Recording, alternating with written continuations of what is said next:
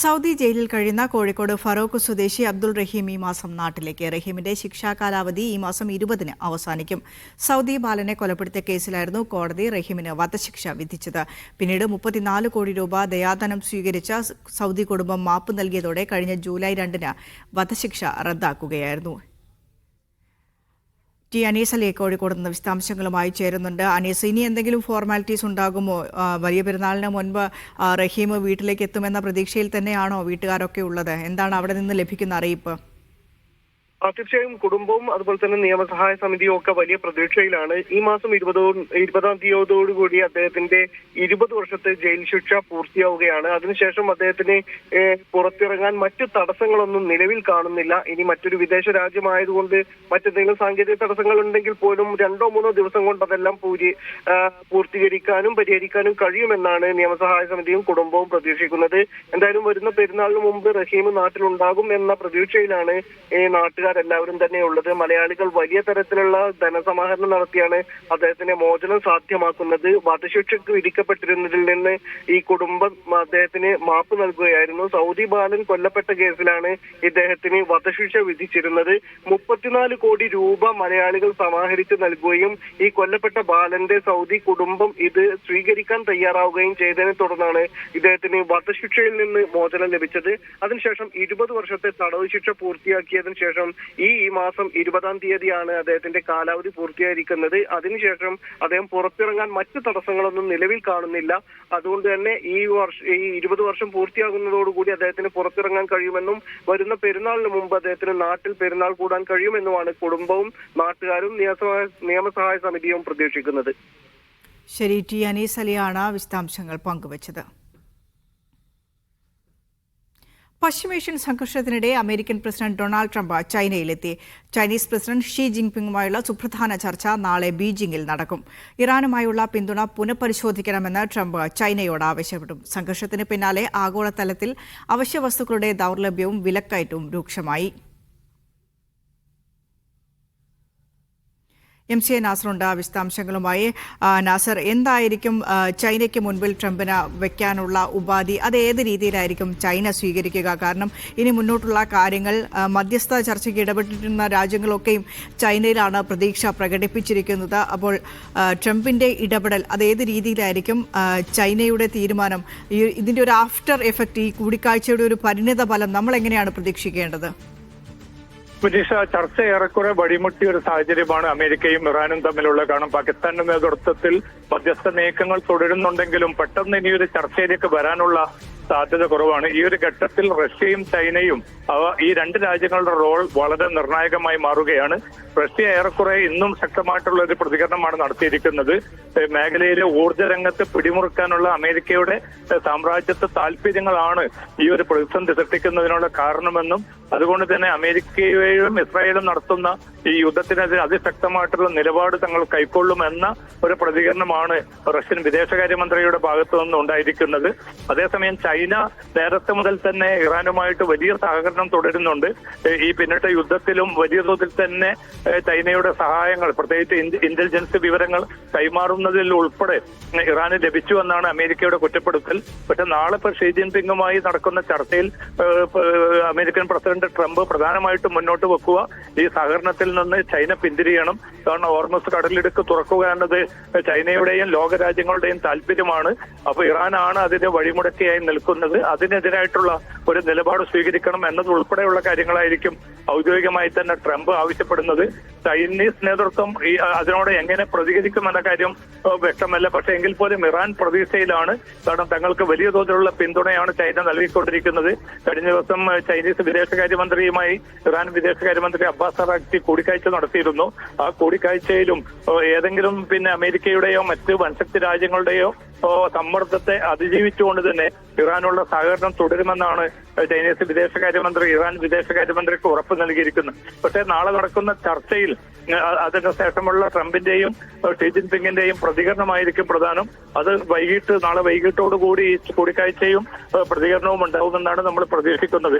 അതേസമയം മേഖലയിൽ സംഘർഷം വളരെ ശക്തമായി തന്നെ തുടരുകയാണ്.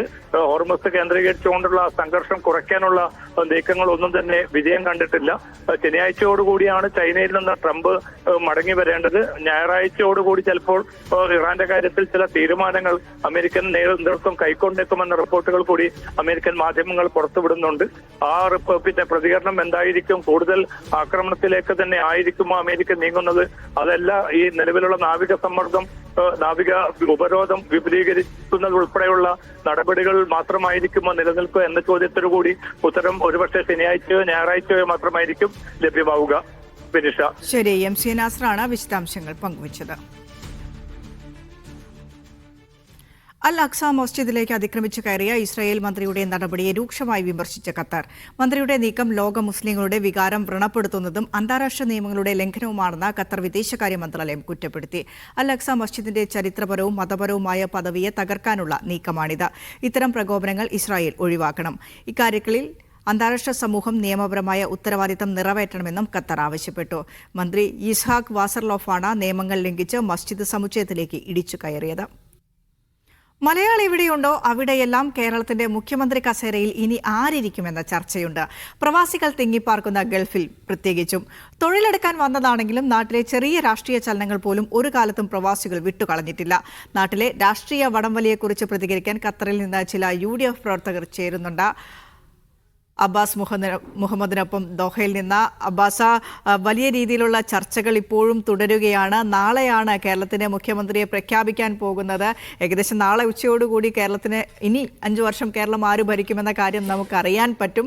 ഇന്ന് രാത്രിയോടുകൂടി അത്തരത്തിലൊരു പ്രഖ്യാപനം ഉണ്ടാകും എന്ന് കരുതി നമ്മളൊക്കെ ഇങ്ങനെ ആകാംക്ഷാഭരിതരായി ഇരിക്കുകയായിരുന്നു. ഗൾഫിൽ അവസ്ഥയും മറിച്ചല്ല എന്ന് വിചാരിക്കുന്നു. എന്താണ് അവിടുത്തെ ഒരു UDF പ്രവർത്തകരുടെ പ്രതികരണങ്ങളൊക്കെ?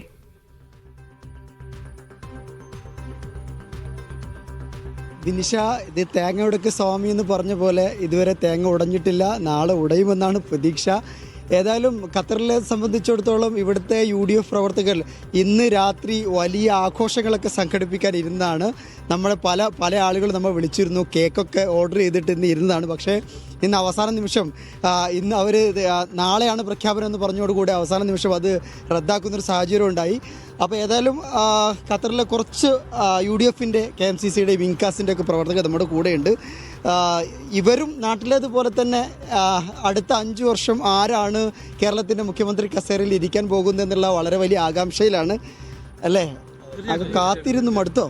ഞങ്ങൾ 10 വർഷം ഈ പിണറായി സർക്കാരിനെ പുറത്താക്കാൻ വേണ്ടി കാത്തിരുന്നതാണ്. അപ്പോൾ ഞങ്ങളൊരു മുഖ്യമന്ത്രി വരികയാണ് 10 ദിവസങ്ങൾക്കും ശേഷം. 10 വർഷത്തിനും 10 ദിവസങ്ങൾക്ക് ശേഷം നാളെ പുതിയൊരു മുഖ്യമന്ത്രി കേരളത്തിൽ വരികയാണ്. ഞങ്ങൾ അതിൻ്റെതായ ആവേശത്തിലാണ്. തീർച്ചയായിട്ടും ഈ കാത്തിരിപ്പിനെല്ലാം ഞങ്ങൾ ആഗ്രഹിക്കുന്ന രീതിയിലൊരു മറുപടി ഹൈക്കമാൻഡ് പ്രഖ്യാപിക്കുന്നത് തന്നെയാണ് ഞങ്ങൾ വിശ്വസിക്കുന്നത്. അങ്ങനെയൊക്കെ പറയുമ്പോൾ ഒരു ചോയ്സ് ഉണ്ടോ?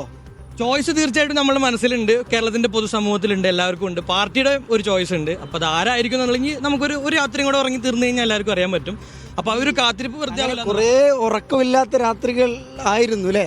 തീർച്ചയായും അവൻ പറഞ്ഞ പോലെ നീണ്ട 10 വർഷത്തിന് ശേഷം കോൺഗ്രസിന്റെ ഒരു മുഖ്യമന്ത്രി വരെയാണ്. ഞങ്ങളെല്ലാവരും ഒരേപോലെ എക്സൈറ്റഡ് ആണ്. നാളെ 11 മണിയായി കിട്ടാനുള്ള ഒരു ഇതിലാണ്. ഇനി ഈ രാത്രി ഞങ്ങൾ എങ്ങനെ ഉറങ്ങി തീർക്കും, എങ്ങനെ ഉണർന്നിരിക്കും എന്നുള്ള ഡൗട്ടിലാണ്. നാളെ എന്തായാലും കോൺഗ്രസിന്റെ ഒരു മുഖ്യമന്ത്രി നീണ്ട കാലത്തിന് ശേഷം വരെയാണ്. അതിന്റെ ഒരു സന്തോഷത്തിലാണ് ഞങ്ങൾ. നാട്ടിൽ വോട്ട് ചെയ്യാൻ വേണ്ടി പോയിട്ടില്ല. റിസൾട്ടിന്റെ അന്ന് നാട്ടിലുണ്ടായിരുന്നു. അത് നമ്മൾ കോണ്ടിങ്ങില്ല ഓരോ നിമിഷങ്ങൾ നമ്മൾ ആഘോഷപരമായിട്ടായിരുന്നു നമ്മൾ അതിടെ കഴിഞ്ഞുകൂടിയത്. ഭയങ്കര എൻജോയ് ചെയ്തു. പക്ഷേ ഇത് വല്ലാത്തൊരു ജനാധിപത്യത്തിന്റെ സൗന്ദര്യമായോ എന്നൊരു സംശയമുണ്ടോ? ഇല്ല, അത് ഇപ്പം കഴിഞ്ഞ ഭരണമാണെങ്കിലും ഒരു 18 ദിവസം കഴിഞ്ഞതിന് ശേഷമാണ് പിന്നെ സർക്കാർ രൂപീകരിച്ചത്. അപ്പോൾ ഇത് 10 വർഷം പിന്നെ ജനവിരുദ്ധമായിട്ടുള്ള ഒരു ഭരണത്തിന് നമ്മൾ കാത്തിരുന്നു. ഇനി ഒരു നാളെയും കൂടി നമുക്ക് കാത്തിരിക്കാം. ജനവികാരത്തിനനുസരിച്ചുള്ള ഒരു തീരുമാനം ഹൈക്കമാൻഡ് എടുക്കുമെന്ന് തന്നെയാണ് നമ്മളെല്ലാവരും വിശ്വാസം. ഏതായാലും 3 പേര് ഉണ്ടല്ലോ നമ്മുടെ ഒരു റേസിൽ, ഈ ഓട്ട മത്സരത്തിൽ. ഇത്രയും ആള് വേണ്ടി ഉണ്ടായിരുന്നോ? കോൺഗ്രസിനെ സംബന്ധിച്ചോളം 3 പേരല്ല, ഒരുപാട് പേരുണ്ട് മുഖ്യമന്ത്രി സ്ഥാനത്തേക്ക്. അതിൽ 3 പേര് ഇപ്പോൾ ചോയ്സ് കൊടുത്തു. അത് ഹൈക്കമാൻഡും ഡൗട്ടാണ് ആരെ ആക്കണമെന്ന്. കൺഫ്യൂഷൻ, അതാണ് ഇപ്പോൾ പ്രശ്നം. നിങ്ങളെപ്പോലെ കൺഫ്യൂഷൻ ഹൈക്കമാൻഡിനുള്ളൂ. അതെ, ഞങ്ങളെ പോലെ അത് ഹൈക്കമാൻഡ് ആകുമ്പോൾ അവർ തീരുമാനിക്കുന്നു. കാലങ്ങളായിട്ട് കോൺഗ്രസിൻ്റെ എല്ലാ കാര്യങ്ങളും ലാസ്റ്റ് പോയിന്റ് ഹൈക്കമാൻഡാണ്. അവർ തീരുമാനിക്കും. ഞങ്ങൾ അംഗീകരിക്കും. ആയിക്കോട്ടെ. അപ്പം ഏത് തീരുമാനത്തെ അംഗീകരിക്കാനുള്ള മനസ്സിലാണ് അത് പാകപ്പെടുത്തി ഓൾറെഡി വെച്ചിട്ടുണ്ട്. ഞങ്ങളെല്ലാവരും പാർട്ടിക്കൊപ്പമാണ്, അല്ലാതെ ആരോടൊപ്പം ഒരു നേതാവിനോടൊപ്പമല്ല. ഞങ്ങളെല്ലാവരും പാർട്ടിക്കൊപ്പം. അതിലുപരി സന്തോഷം എന്താ വെച്ചാൽ നാളെ ഞാൻ നാട്ടിലേക്ക് പോവുകയാണ്. 10 വർഷത്തിന് ശേഷം നമ്മുടെ ഒരു മുഖ്യമന്ത്രിനെ വരവേൽക്കാൻ ഇൻഷാ അല്ലാഹ് ഞാൻ ഉണ്ടാവുമെന്നാണ്. സത്യപ്രതിജ്ഞ കാണാൻ പോകുന്നുണ്ട്. ഇന്ന് കേക്കൊക്കെ റെഡിയാക്കിയിരുന്നു. കേക്ക് ഇന്നേക്ക് നമ്മൾ പ്രഖ്യാപനം വരുമെന്ന ഒരു സൂചന നമുക്ക് മുകളിൽ നിന്ന് കിട്ടിയിട്ടുണ്ടായിരുന്നില്ല. പക്ഷേ നാളേക്ക് നമ്മൾ കേക്കല്ല, വലിയ ഗംഭീര ആഘോഷങ്ങളാണ് നമ്മൾ മുൻകൈകൾ. വിനിഷ, നാളെ വെള്ളിയാഴ്ച ഖത്തറിൽ അവധി ദിവസമാണ്. സ്വാഭാവികമായിട്ടും ആ അവധി ദിവസത്തിന്റെ ഒരു അതിന്റെ ആലസ്യത്തിലേക്ക് പോകുന്ന ഒരു വ്യാഴാഴ്ച രാത്രി നാളെ കേരളത്തിലെ മുഖ്യമന്ത്രി പ്രഖ്യാപിക്കുകയാണെങ്കിൽ ഇത് ആഘോഷമാക്കുമെന്ന് തന്നെയാണ് അല്ലേ?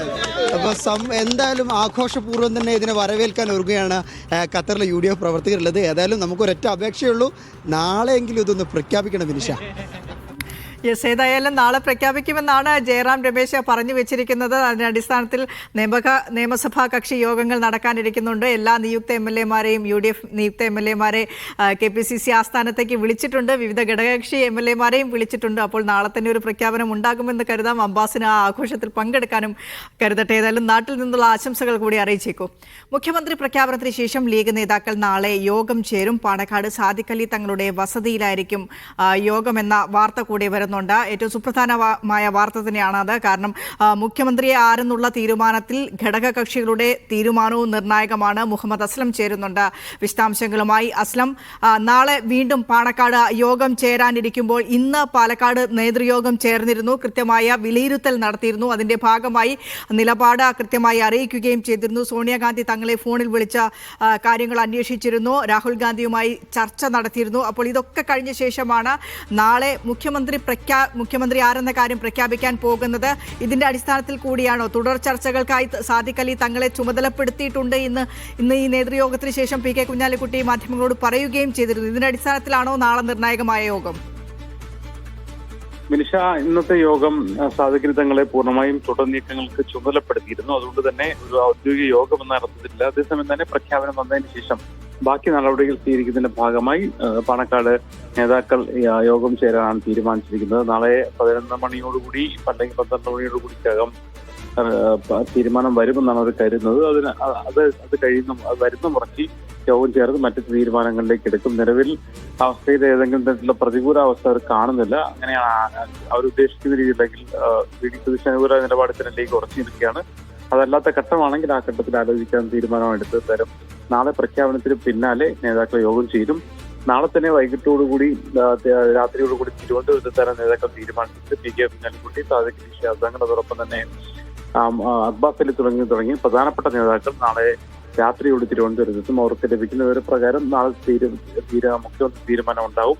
പിന്നെ വളരെ പെട്ടെന്ന് തന്നെ ഗവർണർ കാണപ്പെടുന്ന നടപടിയിലേക്ക് പോവും.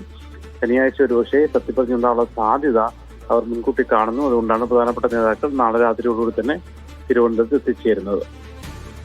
ശരി, മുഹമ്മദ് അസ്ലമാണ് വിശദാംശങ്ങൾ പങ്കുവച്ചത്. ഏതായാലും ലീഗിന്റെ നേതൃയോഗം നാളെയും ഉണ്ടാകും. ഇന്ന് നേതൃയോഗം ഉണ്ടായിരുന്നു. ആ നേതൃയോഗത്തിന് ശേഷം എല്ലാ ചുമതലകളും സ്വീകരിക്കേണ്ട തുടർ നടപടികളേക്കുള്ള എല്ലാ ചുമതലകളും സാദിഖ് അലി തങ്ങളെ ആ നേതൃയോഗം ഏൽപ്പിച്ചിരുന്നു. അതിന്റെ ഭാഗമായി കൂടിയാണ് നാളെ കേരളത്തിലെ മുഖ്യമന്ത്രിയെ പ്രഖ്യാപിക്കാനിരിക്കുകയാണ്. അതിനുശേഷം സ്വീകരിക്കേണ്ട നടപടികൾ മന്ത്രിസഭ രൂപീകരിക്കേണ്ടതുണ്ട്, സത്യപ്രതിജ്ഞ ചടങ്ങിലേക്ക് കടക്കേണ്ടതുണ്ട്, MLA-മാർക്ക് സത്യപ്രതിജ്ഞ ചെയ്യേണ്ടതുണ്ട്, ഗവർണറോട് പോയി സർക്കാർ രൂപീകരിക്കാനുള്ള സമ്മതം തേടേണ്ടതുണ്ട്. അപ്പോൾ ഇങ്ങനെയൊക്കെ കാര്യങ്ങൾ ബാക്കി കിടക്കുകയാണ്. അപ്പോൾ ഈ കാര്യങ്ങളിലൊക്കെ ഒരു തീരുമാനമെടുക്കാനാകും നാളെ. ഏതായാലും പാണക്കാട് സാദിഖ് അലി തങ്ങളുടെ നേതൃത്വത്തിൽ സാദിഖ് അലി തങ്ങളുടെ വസതിയിൽ യോഗം ചേരാനിരിക്കുന്നത്. മുഹമ്മദ് അസ്ലമാണ് കോഴിക്കോട് നിന്ന് വിശദാംശങ്ങൾ പങ്കുവച്ചത്. മറ്റൊരു റിപ്പോർട്ടിലേക്ക് പോവുകയാണ്. സംഘടനാ തലത്തിൽ പാർട്ടിക്ക് ഗുരുതര വീഴ്ചയെന്ന് CPM സംസ്ഥാന കമ്മിറ്റിയിൽ വിമർശനം.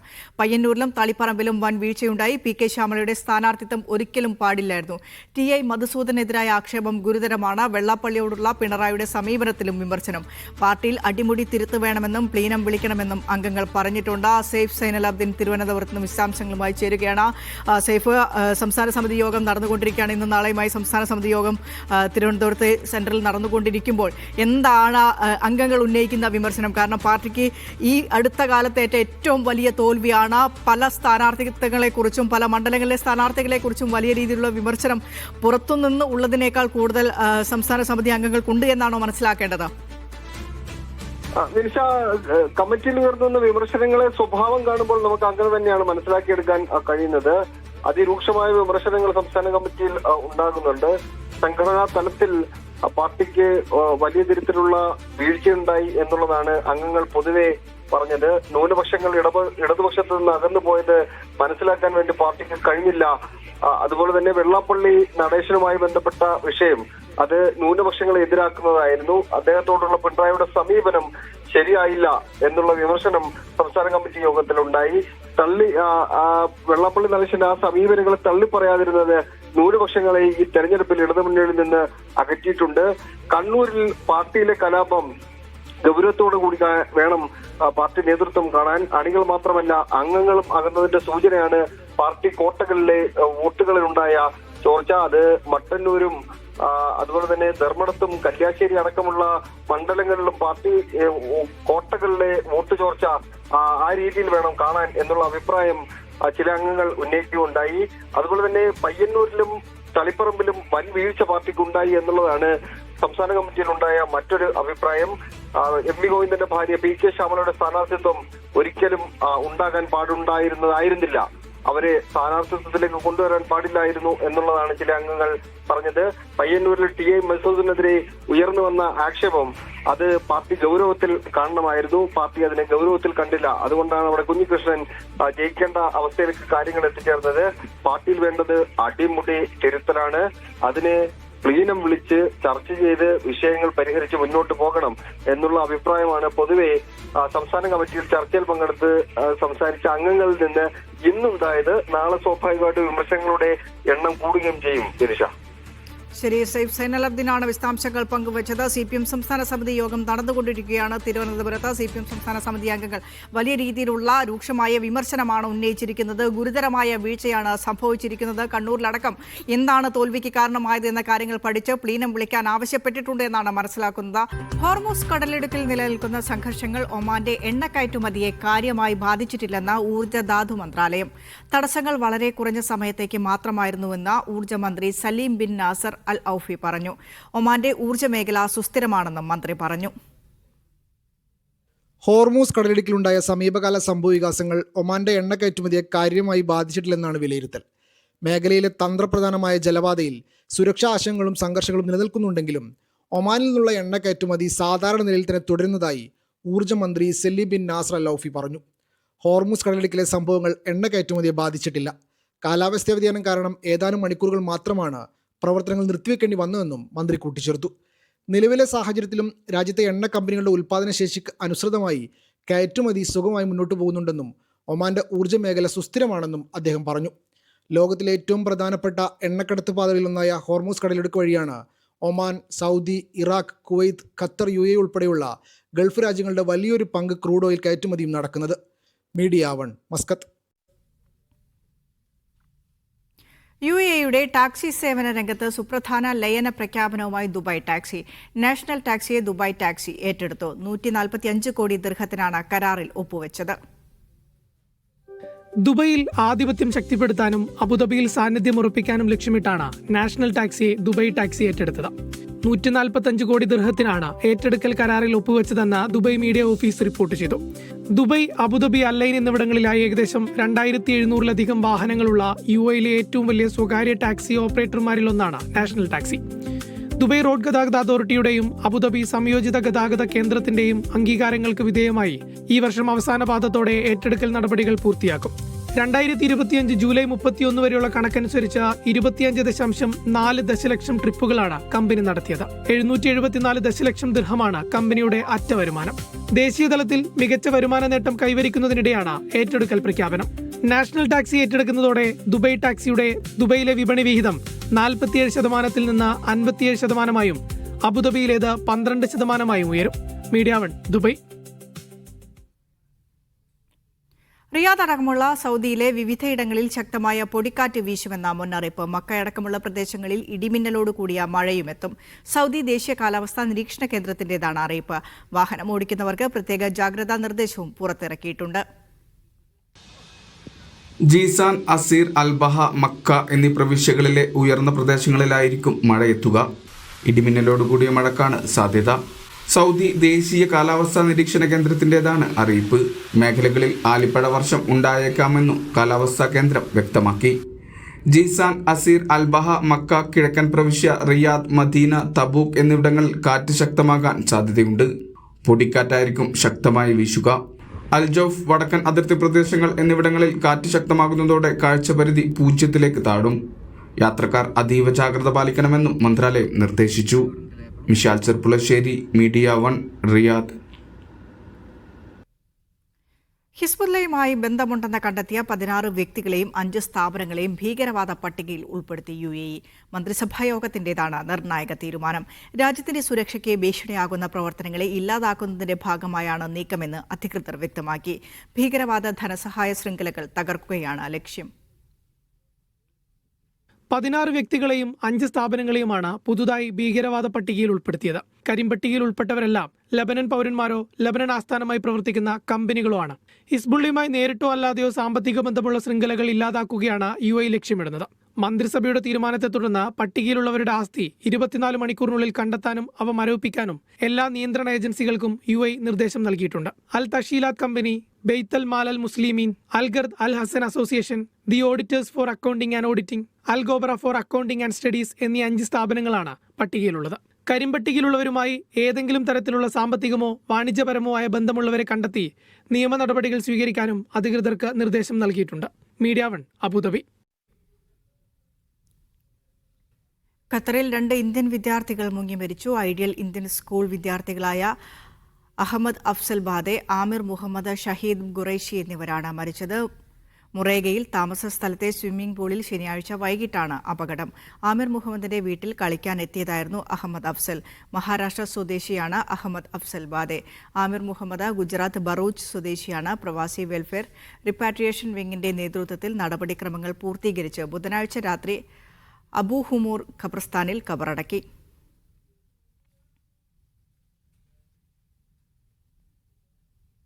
GCC റെയിൽ നിർമ്മാണ പദ്ധതികൾക്ക് തുടക്കം കുറിച്ച് സൗദി അറേബ്യ. കുവൈത്ത് അതിർത്തി മുതൽ UAE അതിർത്തി വരെയുള്ള പാത നിർമ്മാണത്തിന് സൗദി റെയിൽവേ ടെൻഡർ ക്ഷണിച്ചു.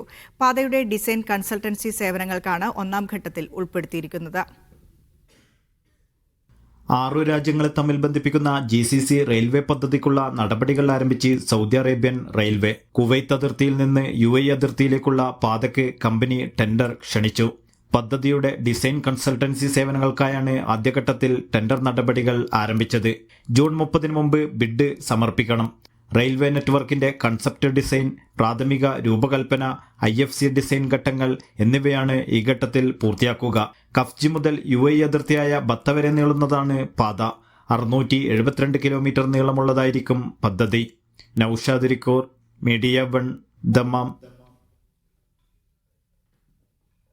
ഒമാൻ തീരത്ത് നങ്കൂരമിട്ടിരുന്ന UAEയുടെ ഉടമസ്ഥതയിലുള്ള എണ്ണക്കപ്പലിൽ നിന്ന് ഇന്ധന ചോർച്ചയുണ്ടായതായി റിപ്പോർട്ട്. ഇറാനിയൻ ഡ്രോൺ ആക്രമണത്തെ തുടർന്ന് അപകടമുണ്ടായതെന്ന് അഡ്നോക് സ്ഥിരീകരിച്ചു.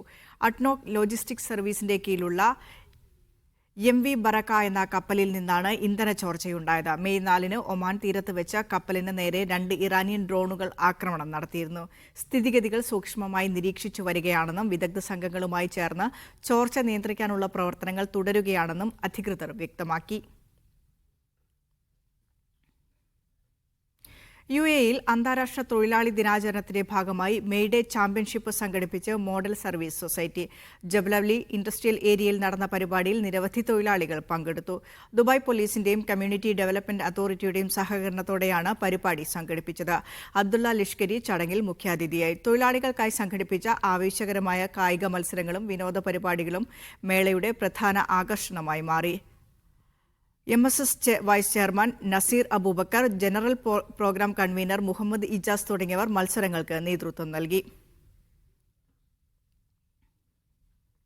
ലോക നഴ്സസ് ദിനത്തോടനുബന്ധിച്ച് സിറ്റി ഫ്ലവർ ഹൈപ്പർ മാർക്കറ്റ് ഗ്രൂപ്പിന്റെ നേതൃത്വത്തിൽ സൗദി അറേബ്യയിലെ വിവിധ ശാഖകളിൽ ആഘോഷ പരിപാടികൾ സംഘടിപ്പിച്ചു. നഴ്സുമാരെ ആദരിക്കുന്നതിനായി റിയാദ്, സക്കാക്ക, ബുറൈദ, ജുബൈൽ, നജ്റാൻ എന്നിവിടങ്ങളിൽ വിവിധ ചടങ്ങുകൾ അരങ്ങേറി.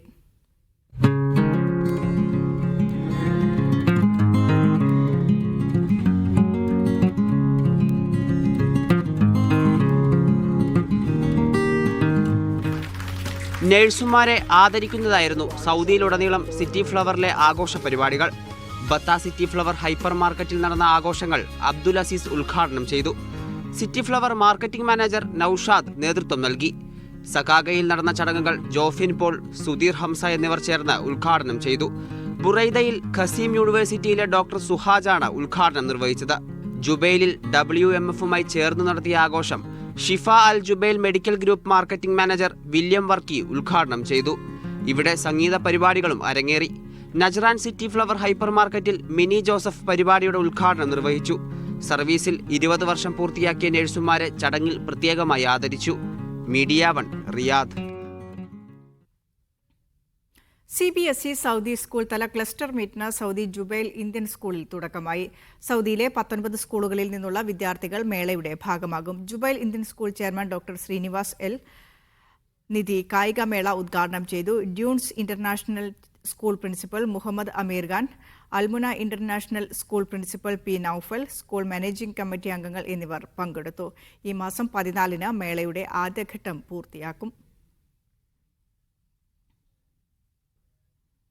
World Malayali council Saudi Jubail ഘടകം ലോക നഴ്സസ് ദിനാഘോഷം സംഘടിപ്പിച്ചു. വില്യം വർക്കി പരിപാടി ഉദ്ഘാടനം ചെയ്തു. ആരോഗ്യ പ്രവർത്തകരും സാമൂഹിക പ്രവർത്തകരും പരിപാടിയിൽ പങ്കെടുത്തു.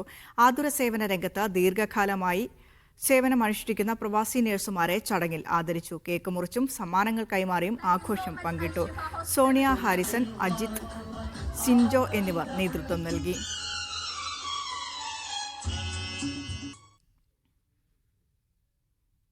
ജുബൈൽ മലയാളി സമാജം വനിതാ വിഭാഗം ലോക നഴ്സസ് ദിനാഘോഷം സംഘടിപ്പിച്ചു.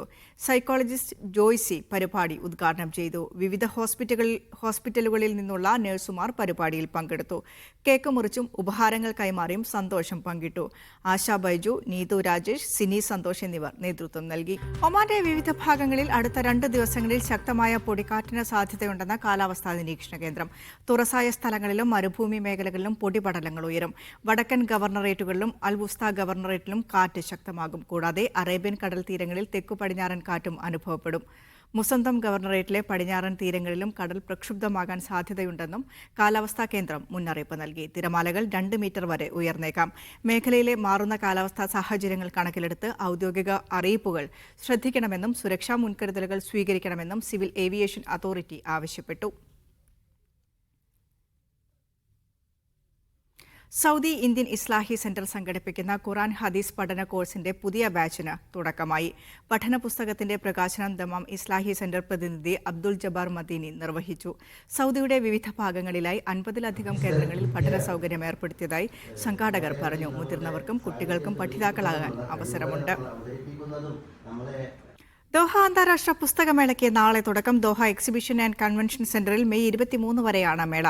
പുസ്തകോത്സവത്തിന്റെ 35ാമത് പതിപ്പാണ് ഇത്തവണത്തേത്. ഖത്തർ സാംസ്കാരിക മന്ത്രാലയം സംഘടിപ്പിക്കുന്ന മേളയിൽ അറബ് അന്തർദേശീയ പബ്ലിഷിംഗ് ഹൗസുകളുടെ വിപുലമായ പങ്കാളിത്തം ഇത്തവണയുണ്ടാകും. 37 രാഷ്ട്രങ്ങളിൽ നിന്നുള്ള 520 പ്രസാധനാലയങ്ങളാണ് മേളയുടെ ഭാഗമാകുക. 2,31,000 തലക്കെട്ടുകളിലായി 18.5 ലക്ഷം പുസ്തകങ്ങൾ പ്രദർശിപ്പിക്കും. 919 ബൂത്തുകളാണ് പുസ്തകപ്രേമികൾക്കായി സജ്ജീകരിച്ചിട്ടുള്ളത്. 143 പുതിയ പുസ്തകങ്ങൾ മേളയിൽ പ്രകാശനം ചെയ്യും. 46 പാനൽ ചർച്ചകൾ, 69 വർക്ക്ഷോപ്പുകൾ, 46 സെമിനാറുകൾ എന്നിവയും അരങ്ങേറും. എല്ലാ ദിവസവും സാംസ്കാരിക പരിപാടികളുമുണ്ട്. ഖത്തറിനകത്തും പുറത്തുമുള്ള പ്രമുഖ ചിന്തകർ, എഴുത്തുകാർ, അക്കാദമിക് വിദഗ്ധർ എന്നിവർ വായനക്കാരുമായി സംവദിക്കും. കുട്ടികൾക്കും യുവാക്കൾക്കുമായി 5 ഇന്ററാക്റ്റീവ് സോണുകളും ഒരുക്കിയിട്ടുണ്ട്. രാവിലെ 9 മുതൽ രാത്രി 10 മണി വരെയാണ് സന്ദർശക സമയം. വെള്ളിയാഴ്ചകളിൽ ഉച്ചയ്ക്ക് 3 മുതൽ രാത്രി 10 വരെ.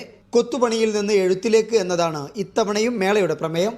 1972 തുടക്കം കുറിച്ച മേള മേഖലയിലെ ആദ്യത്തെ പുസ്തകോത്സവമാണ്. Media 1 Doha. അന്താരാഷ്ട്ര നഴ്സസ് ദിനത്തോടനുബന്ധിച്ച് കുവൈത്തിലെ Shifa Al Jazeera medical group പ്രത്യേക ആഘോഷ പരിപാടികൾ സംഘടിപ്പിച്ചു. അബ്ബാസിയ അൽ നാഹിൽ ഇന്റർനാഷണൽ ക്ലിനിക്കിൽ നടന്ന പരിപാടി Shifa Al Jazeera medical group vice chairperson Naseeha Muhammad Rabeeh ഉദ്ഘാടനം ചെയ്തു. നഴ്സുമാർ ഓരോ രോഗിയുടെയും ജീവൻ കാത്തുസൂക്ഷിക്കുന്ന കാവൽ മാലാഖമാരാണെന്ന് നസീഹ മുഹമ്മദ് റബീഹ് പറഞ്ഞു. നഴ്സുമാരെ ആദരിക്കൽ, സമ്മാന വിതരണം, കേക്ക് കട്ടിംഗ് എന്നിവ പരിപാടിയുടെ ഭാഗമായി നടന്നു. Operation Zen business development head Azeem Syed Sulaiman, Vijith V Nair, doctor Sanjeev Prasad എന്നിവരും ചടങ്ങിൽ പങ്കെടുത്തു. ഡോക്ടർമാർ, നഴ്സിംഗ് വിഭാഗം ജീവനക്കാർ, മറ്റ് സ്റ്റാഫ് അംഗങ്ങൾ എന്നിവരും ആഘോഷത്തിൽ പങ്കാളികളായി.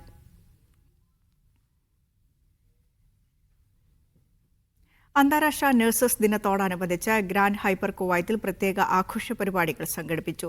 ഫഹാഹിൽ ഗ്രാൻഡ് ഹൈപ്പർ മാർക്കറ്റിൽ നടന്ന ചടങ്ങിൽ കുവൈറ്റിലെ നഴ്സുമാരുടെ കൂട്ടായ്മയായ ഇൻഫോക് പ്രതിനിധികളെ ആദരിച്ചു. Grand Hyper CEO Shareef BC ചടങ്ങ് ഉദ്ഘാടനം ചെയ്തു. നഴ്സുമാരുടെ സേവനം സമൂഹത്തിന് വലിയ മാതൃകയാണെന്ന് അദ്ദേഹം പറഞ്ഞു. ഇൻഫോക് പ്രസിഡന്റ് വിജേഷ് വേലായുധൻ നന്ദി രേഖപ്പെടുത്തി. ഗ്രാൻഡ് മാനേജ്മെന്റ് പ്രതിനിധികളും ഇൻഫോക് ഭാരവാഹികളും ചടങ്ങിൽ പങ്കെടുത്തു. കുവൈത്ത് അന്താരാഷ്ട്ര വിമാനത്താവളത്തിലെ പുതിയ ടെർമിനൽ 2 പദ്ധതിയുടെ നിർമ്മാണ പ്രവർത്തനങ്ങൾ വിലയിരുത്തി പൊതുമരാമത്ത് മന്ത്രി ഡോക്ടർ നൂറ അൽ മഷാൻ ഫീൽഡ് സന്ദർശനം നടത്തി. പദ്ധതിയുടെ വിവിധ ഘട്ടങ്ങളിലെ പുരോഗതി, പൂർത്തീകരണ നിരക്ക്, ശേഷിക്കുന്ന പ്രവർത്തനങ്ങൾ എന്നിവ മന്ത്രി ഉദ്യോഗസ്ഥരുമായി വിലയിരുത്തി. നിർമ്മാണ പ്രവർത്തനങ്ങൾ നിശ്ചിത സമയക്രമത്തിൽ പൂർത്തിയാക്കാൻ ശ്രമങ്ങൾ ശക്തമാക്കണമെന്നും ഗുണനിലവാര സുരക്ഷാ മാനദണ്ഡങ്ങൾ കർശനമായി പാലിക്കണമെന്നും മന്ത്രി നിർദ്ദേശിച്ചു. കുവൈത്തിലെ സിവിൽ ഏവിയേഷൻ മേഖലയെ ശക്തിപ്പെടുത്തുന്നതിനും വർദ്ധിച്ചുവരുന്ന യാത്രാ ആവശ്യങ്ങൾ നിറവേറ്റുന്നതിനും ടെർമിനൽ 2 പദ്ധതി നിർണായകമാണെന്ന് ഡോക്ടർ നൂറ അൽ മഷാൻ പറഞ്ഞു.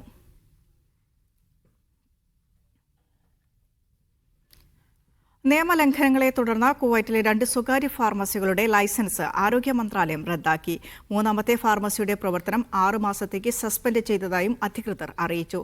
ലൈസൻസിംഗ് ചട്ടങ്ങൾ ലംഘിച്ചതും മുൻകൂർ അനുമതിയില്ലാതെ ദീർഘകാലം പ്രവർത്തനം നിർത്തിവെച്ചതുമാണ് 2 ഫാർമസികൾക്കെതിരായ നടപടിക്ക് കാരണം. കുറിപ്പടിയില്ലാതെ മരുന്ന് വിൽപ്പന നടത്തിയതും സ്റ്റോക്ക് രേഖകളിൽ പൊരുത്തക്കേട് കണ്ടെത്തിയതുമാണ് 3ാമത്തെ ഫാർമസിക്കെതിരായ നടപടി. പൊതുജനാരോഗ്യം സംരക്ഷിക്കുന്നതിന്റെ ഭാഗമായി പരിശോധനകളും നിരീക്ഷണ പരിപാടികളും തുടരുമെന്ന് ആരോഗ്യ മന്ത്രാലയം വ്യക്തമാക്കി.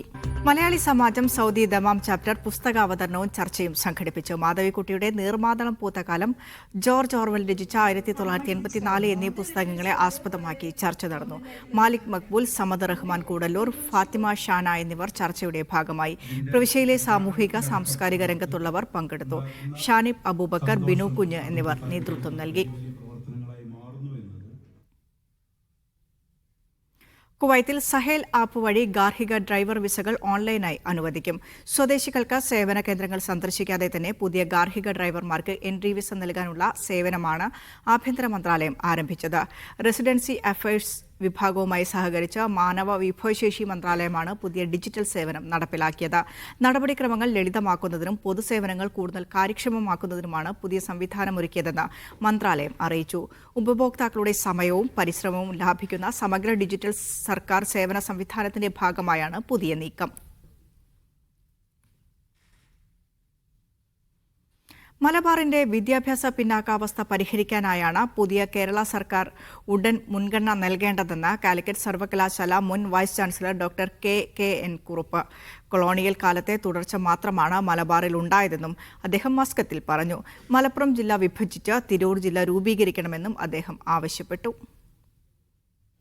പുതിയ സർക്കാരിൽ മലബാറിന്റെ ആവശ്യങ്ങൾക്കായി സമ്മർദ്ദം ചെലുത്താനുള്ള പ്രവർത്തനങ്ങൾ ഏകോപിപ്പിക്കുന്നതിനു വേണ്ടി പ്രവാസി സംഘടനാ പ്രതിനിധികളുമായി കൂടിക്കാഴ്ച നടത്തുന്നതിനായാണ് കെ.എൻ. കുറുപ്പ് മസ്കത്തിലെത്തിയത്.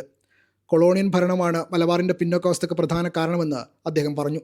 ഇതിന്റെ തുടർച്ചയാണ് പിന്നീടുണ്ടായത്. മലബാറിൽ ക്രിസ്ത്യൻ മിഷനമാരുടെ പ്രവർത്തനങ്ങൾ എത്താൻ വൈകിയെന്നും കെ.എൻ. കുറുപ്പ് കൂട്ടിച്ചേർത്തു. മലബാറിൽ വിദ്യാഭ്യാസ പിന്നോക്കാവസ്ഥ പരിഹരിക്കാൻ പ്രത്യേക വികസന പദ്ധതികൾ നടപ്പാക്കണമെന്നും അദ്ദേഹം പറഞ്ഞു. കൊളോണിയൽ റീസ്ട്രക്ചർ നടന്നിട്ടില്ല, മലബാറിൻ്റെ പരാജയം തന്നെ. പിന്നെ മലബാർ ഏറ്റവും പിന്നോക്കാവസ്ഥയിലാണ് വിദ്യാഭ്യാസ കാര്യത്തിൽ. കാരണം കോഴ്സുകളുടെ എണ്ണം നോക്കിയാൽ ഉയർന്ന കോഴ്സുകൾ, MSc തുടങ്ങിയിട്ടുള്ള കോഴ്സുകൾ തിരുവനന്തപുരത്ത് അധികവും കാസർഗോഡ്, വയനാട് പ്രദേശങ്ങളിൽ വളരെ കുറവുമാണ്. ഉന്നത വിദ്യാഭ്യാസ കോഴ്സുകൾ തിരുവനന്തപുരത്ത് അധികവും കാസർഗോഡ്, വയനാട് പ്രദേശങ്ങളിൽ വളരെ കുറവുമാണ്. ഈ അവസ്ഥയ്ക്ക് മാറ്റം വരേണ്ടതുണ്ടെന്നും മലബാർ എഡ്യൂക്കേഷൻ മൂവ്മെന്റിന്റെ ചെയർമാൻ കൂടിയായ കുറുപ്പ് പറയുന്നു. കാസർഗോഡ് ജില്ലയിൽ തുളുനാടൻ ഗ്രാമങ്ങളുടെ സമഗ്ര വികസനത്തിനായി നഴ്സിംഗ് യൂണിവേഴ്സിറ്റി സ്ഥാപിക്കണമെന്നും പ്രധാന ആവശ്യങ്ങളിലൊന്നാണ്. വയനാട് ജില്ലയിൽ ട്രൈബൽ യൂണിവേഴ്സിറ്റി സ്ഥാപിക്കുക, ഓഫ് ക്യാമ്പസുകൾ കാസർഗോഡും മഞ്ചേശ്വരത്തും ഇടുക്കിയിലും ആരംഭിക്കുക, മലപ്പുറം ജില്ല വിഭജിച്ച് തിരൂർ ജില്ല രൂപീകരിക്കുക തുടങ്ങിയവയും അദ്ദേഹം പുതിയ ഗവൺമെന്റിനോട് ആവശ്യപ്പെടുന്നുണ്ട്. Media 1 Muscat. ബഹ്റൈന്റെ ആഭ്യന്തര സുരക്ഷയെയും സമാധാനത്തെയും തകർക്കാൻ ശ്രമിക്കുന്ന വിദേശ ശക്തികൾക്കും അവരുടെ ഏജന്റുമാർക്കുമെതിരെ ശക്തമായ നടപടികൾ സ്വീകരിക്കുമെന്ന് ആഭ്യന്തരമന്ത്രി general Sheikh Rashid bin Abdullah Al Khalifa. രാജ്യത്തെ വിവിധ സാമൂഹിക വിഭാഗങ്ങളിലെ പ്രമുഖരുമായി നടത്തിയ കൂടിക്കാഴ്ചയിലാണ് മന്ത്രിയുടെ പ്രസ്താവന. ഇറാൻ നടത്തുന്ന അധിനിവേശ നീക്കങ്ങളെയും ഇടപെടലുകളെയും മന്ത്രി ശക്തമായി അപലപിച്ചു. യോഗത്തിൽ പങ്കെടുത്ത രാജ്യത്തെ പ്രമുഖർ ഐക്യദാർഢ്യം പ്രഖ്യാപിച്ചു.